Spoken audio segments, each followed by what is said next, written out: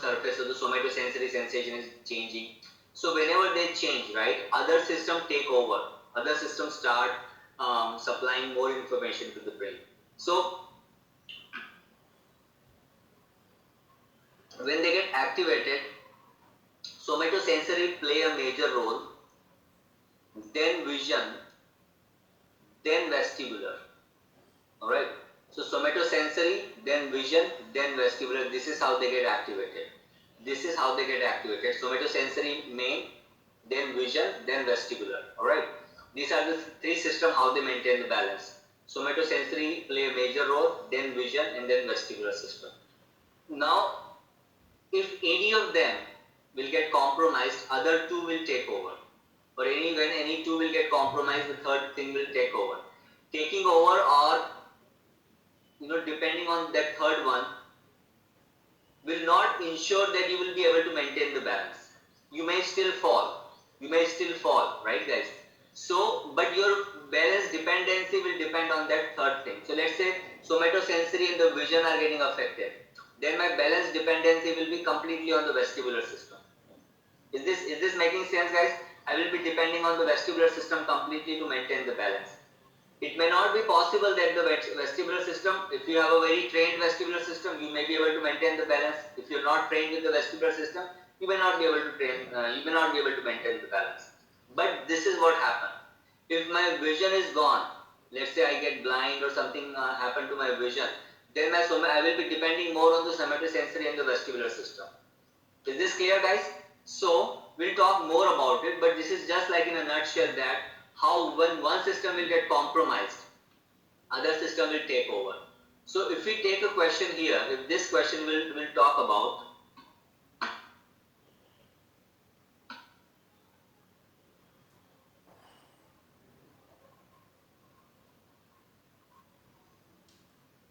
that a person with the diabetic neuropathy and the peripheral neuropathy and the retinopathy will depend for the balance mainly on.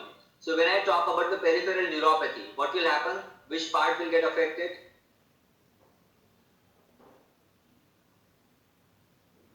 Somatosensory is getting affected, right? Somatosensory is getting affected. And when I say the retinopathy, my vision is getting affected. So both of these are getting affected.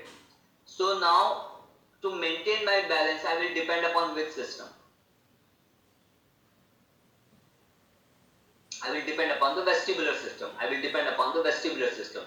Now that's another question, whether my vestibular system alone will be able to maintain my balance or not. I may keep falling, that may be possible, but now my dependency will be completely on my vestibular system. I'm not saying that the vestibular system alone will be able to maintain the balance. It may not. You may fall, and for that reason you might have to use the assistive devices. So with the assistive devices, now I cannot take much impulse from this. I cannot take impulse from the vision. Only the vestibular is sending information. I may not be able to walk properly. I may not be able to stand properly. I may keep falling. So what I will have to do, the second thing I will do is to increase my base of support by using assistive devices. So at least I will be able to keep my center of gravity within my base of support. When I use the assistive device, when I use the walker, I increase my base of support, because that walker or assistive device will become a part of my system. Is this making sense, guys? So this sensory information which goes to the brain keep fluctuating or keep changing. Alright, guys? Will you take an example of a professional surfer who is surfing on the waves or on the water or in the beach or somewhere, right? Everything is challenging. So before this, you tell me that how can you challenge your somatosensory system? If you have to challenge means if you have to affect it, how can you challenge it?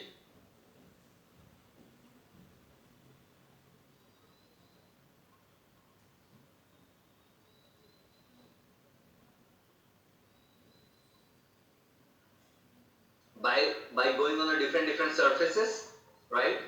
Or so change in the surface will challenge my change in the surface will check. So yeah, so this is the one thing we need to understand. When I say this challenge, or instead of challenge, I will use the term compromise. How can I compromise, or how can I affect my somatosensory system? By walking on the uneven surfaces, right? How can I compromise my vision?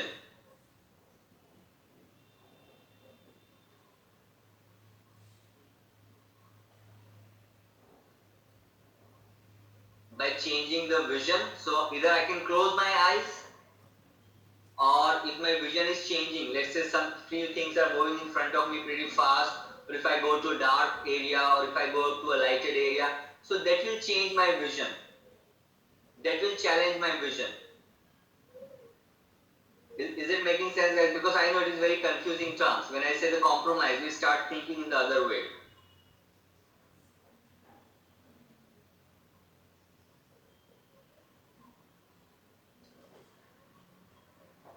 Walking on a crowded area, right?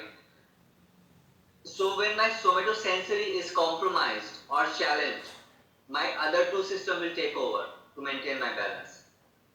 When my vision is getting compromised or challenged, my other two systems will take over to maintain the balance.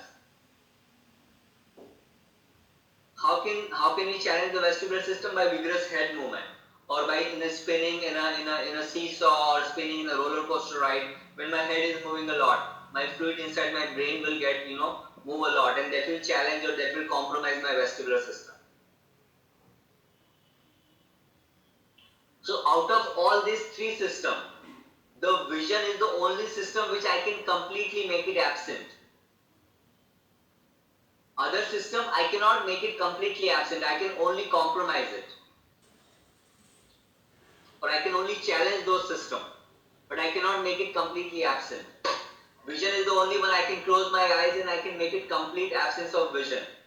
I can completely reduce the sensory information from my vision to zero. But I cannot do that with the somatosensory or the vestibular. Vestibular I can only compromise, I can only challenge. Until unless I cut my nerves, until unless I have an amputation, then I will not receive any information from the legs. Same thing with the vestibular system. Until unless you shut down the vestibular system completely by cutting your vestibulocochlear nerve, or you inject some water or something that will numb your vestibular system for some time, if you inject the hot water or cold water inside your ear. Other than that, there is not a possibility that you can completely shut it down. You can only compromise, or you can only challenge it. Is it making sense, guys?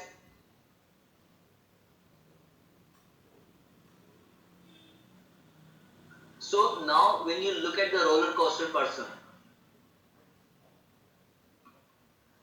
the person who is surfing, right guys? Here, what is happening?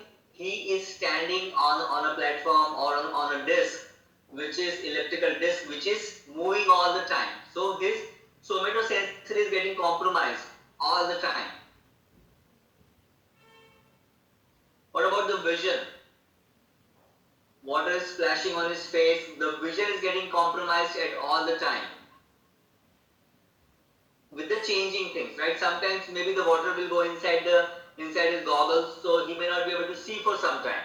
He might have to close his eyes for a few moments. Again, he will have to open the eyes. The water will splash to his face. The adaptation will keep changing. Sometimes water will come close to it. Sometimes it will go back. Sometimes the waves of the water will reflect the sunlight. So he might not see sometimes completely. He might see more vision. He might see less. So intensity of the light will also change. So vision is also getting compromised all the time. He's moving his head all the time, right? He's balancing his body with the head movement. So the vestibular is also getting compromised at all the time. So all three are getting challenged, and all three are getting compromised. So for maintaining his balance, he is depending upon all the others, all of the above.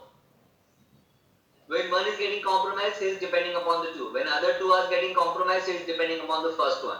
So when all are getting challenged, he is depending upon all of them. Is this making sense, guys?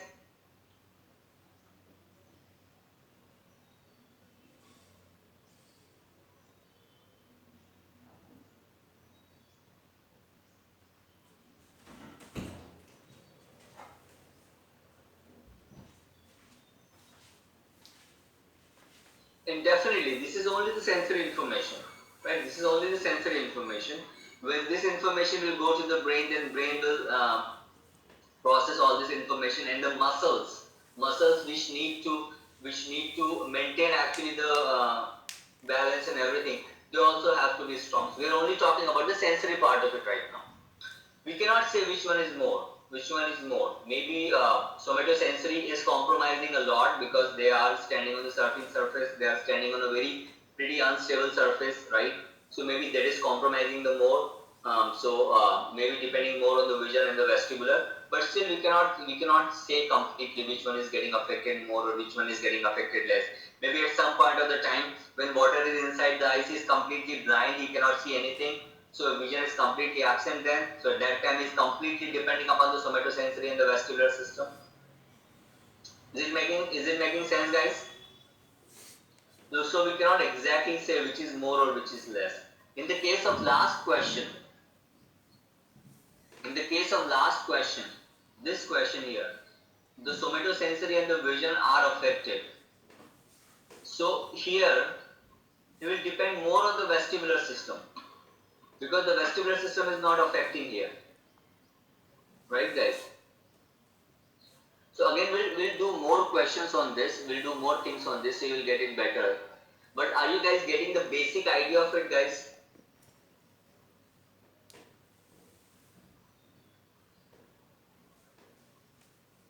Now just read this part, guys. Can you read it?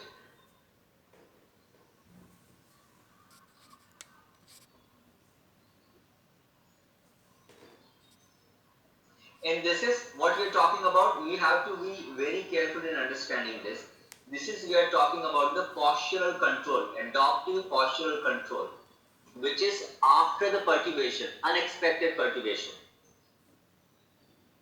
In a normal scenario, all of them three might be working equally, or some is working more, some is less. But when I start losing my balance, right? So how this three system will work to maintain it or to send the information to the brain, this is what we are talking about.